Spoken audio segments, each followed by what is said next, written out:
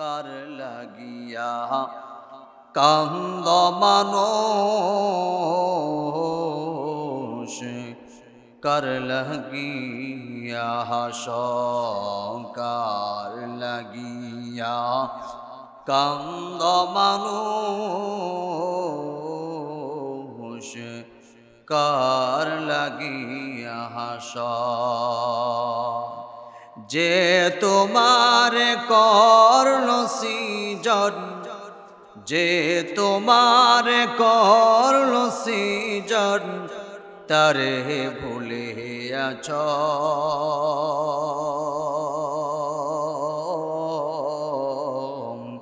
কার লাগিয়া কান্দ মানুষ, কার লাগিয়া হাস। কার লাগিয়া কান্দ মানুষ, কার লাগিয়া হাস।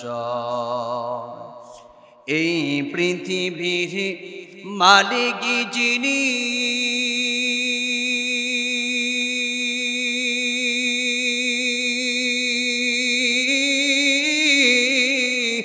জপ তারে দিবানিশি,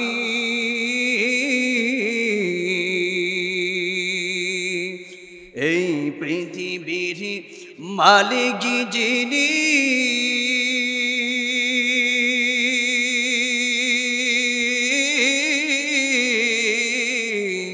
জপ তারে দিবানিশি। ওরে যার হাতেতে জীবন মরণ, ওরে যার হাতেতে জীবন মরণ, যার দয়াতে বাঁচ।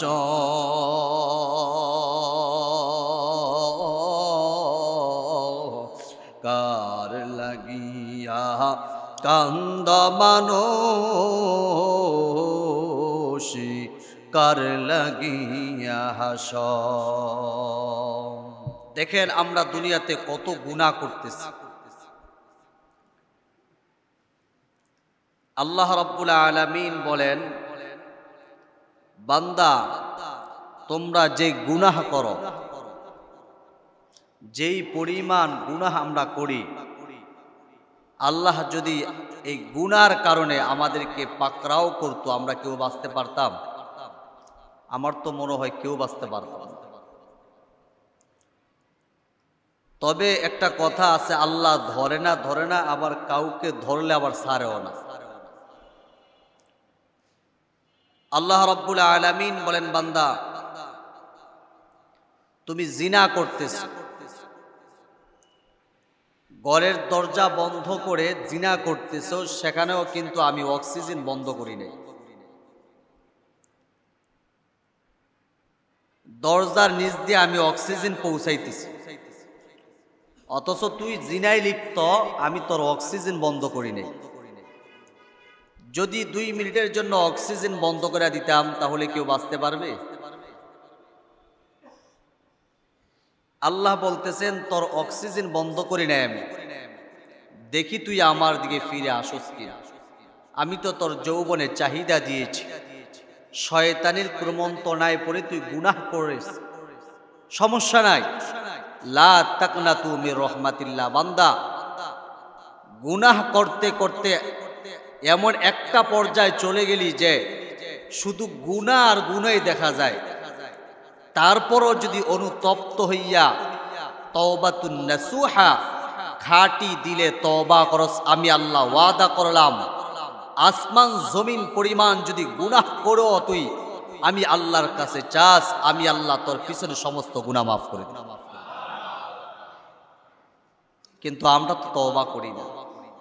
আমরা চুরি করতেছি, জিনা করতেছি, ব্যভিচার করতেছি, মিথ্যা কথা বলতেছি, মদ পান করতেছি, নেশা করতেছি। কোনদিন কি আমাদের রিজিকের পথ বন্ধ করে দিছে? একজন মুমিন বান্দাকে খাওয়াচ্ছেন, একজন বেঈমানকেও খাওয়াচ্ছেন, একজন মুসলমানকেও খাওয়াচ্ছেন, একজন মদ পানকারীকেও খাওয়াচ্ছেন। দেখবেন যারা ইমানদার তাদের চাইতে ভালো খাবার খায় বেঈমানেরা, আছে না নাই? আরে আল্লাহ রাসূল তো বলেছেন আদ দুনিয়া সিজনুল মুমিন ওয়া জান্নাতুল কাফির। মুমিন বান্দাদের জন্য এই দুনিয়াটা হলো জেলখানা। জেলখানায় কি ভালো কিছু খাবার দেয় নাকি? গোশত, পোলাও, মুরগার রান, হ্যাঁ, কুরমা দেয় নাকি? আটার রুটি দেয়, ভাত দেয়, গান্দা পচা ভাত দেয়। ভালো জায়গা না তো, সেখানে শাস্তি দেওয়ার জন্য, যাতে করে সেই লোকটা ভালো হয়ে আবার সমাজে ফিরে আসে। এই জন্য তো শাস্তি দেওয়া হয়।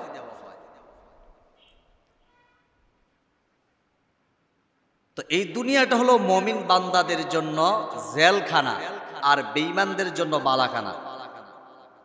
এখন তো মনে করেন যে প্রশ্নটা মুখে অন্তরে ছিল, এটা মনে হয় সমাধান হয়ে গেছে। কি বলেন আপনারা?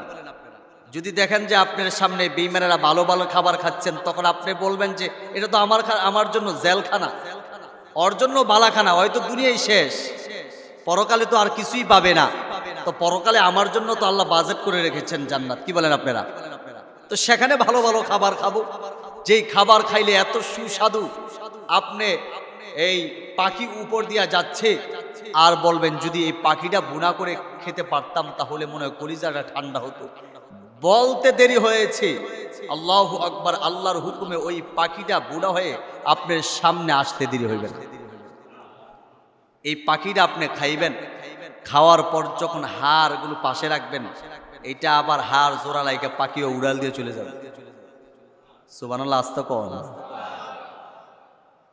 শুধু তাই নয়, যে প্লেটে খাবার খাইবেন না, ওই প্লেটটা মনে মনে চিন্তা করুন, যদি প্লেটটা একটু খাইতে পারতাম, দেখবেন ওই পাখির চাইতে প্লেট খাওয়ার পরে দেখবেন প্লেটের মজা আর এক রকমের।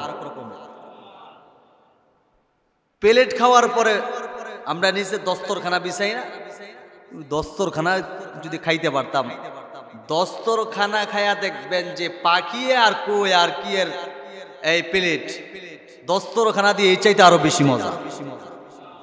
তো আল্লাহ তো জান্নাতে আমার আপনার জন্য রেখে দিয়েছেন। মাছের কলিজা দিয়া আপনাকে সেদিন রুটি দিয়া সারা দুনিয়ার মাটিকে রুটি বানাবে। এখন প্রশ্ন করতে হুজুর, রুটির মধ্যে কি বালু লাগতো না? বালু লাগবে নি? আচ্ছা বলেন, সমাধান, সহজ সমাধান। আমরা আপেল খাই না, মালটা খাই, বেদেনা খাই, আঙ্গুর খাই, এগুলো কি আসমানে হয় নাকি জমিনে হয়? মাটিতে হয় না? তো এইগুলোর মধ্যে কি আপনার বালু লাগে নাকি? তো সারা দুনিয়ার এই মাটি দিয়া যদি আল্লাহ রাব্বুল আলামিন সুন্দর করে সুস্বাদু রুটি বানায়, এই সারা দুনিয়ায় দেখবেন আঙ্গুল ফল হয়, আপেল হয়, মালটা হয়, কত ধরনের ফল আল্লাহ দিয়েছেন। এক এক ফলের এক এক মজা আল্লাহ দিয়ে দিয়েছেন। তো এই সারা দুনিয়ার মাটি দিয়া যদি আল্লাহ জান্নাতে একটা রুটি বানায় আর যদি আপনারে দেয়, খাইতে ভালো লাগবে কি লাগবে না? কি যে চমৎকার লাগবে। যারা জান্নাতি তারাই আলহামদুলিল্লাহ, তারাই এই মজার স্বাদ অনুভব করতে পারবে। আল্লাহ রাব্বুল আলামিন আমাদের সকলকে জান্নাতি মেহমান হিসেবে কবুল করুক। বলুন আমিন, আর মহব্বতের সাথে বলেন আমিন। সম্মানিত ভাইরা আমার, যেই কথাটা বলতেছিলাম, মুমিন বান্দাদের জন্য এটা হলো জেলখানা আর বেঈমানদের জন্য এটা হলো ভালোখানা। টেনশন করার কোনো কারণ নাই যে আমরা দুনিয়াতে কষ্ট করতেছি আর হিন্দু ভাইরাও তো ভালো ভালো খাইতেছে, মুরগা, পোলাও আর রোস্ট, অভাব নাই। হ্যাঁ, তাদের দুনিয়াতেই শেষ, পরকালে কিছুই থাকবে না। তো বলতেছিলাম, আল্লাহ রাব্বুল আলামিন বলতেছেন, বান্দা তোদেরকে এত মহব্বত করি, এত ভালোবাসি, এত গুনাহ করার পরও আমি আল্লাহ কিন্তু তোদেরকে ছেড়ে দিই, দেখি তোরা আমার কাছে আবার ফিরে আসস কিনা, আবার তওবা করস কিনা। আমি তো তোদের জন্য জাহান্নাম বানাই নাই, আমি তো ওই সমস্ত নাফরমানদের জন্য জাহান্নাম বানাইছি যারা আমাকে বিশ্বাস করে না। আরে তোরা তো মুসলমান, তোরা তো আমাকে বিশ্বাস করস, কিন্তু আমার হুকুম আহকাম মাত্র 5 মিনিট 10 মিনিট সময় দিবি। সারা দিনে হয়তোবা 5 ওয়াক্ত নামাজ পড়তে গেলে আধা ঘন্টাই সময় লাগবে, আর বাকি 24টা ঘন্টা তোরে দিয়ে দিলাম। এই 24টা ঘন্টার ভিতরে মাত্র আধা ঘন্টা আমি আল্লাহকে দিবি। আমি আল্লাহকে দিলে আমি আল্লাহ তোর জন্য জান্নাত বরাদ্দ করে রেখে দিয়েছি।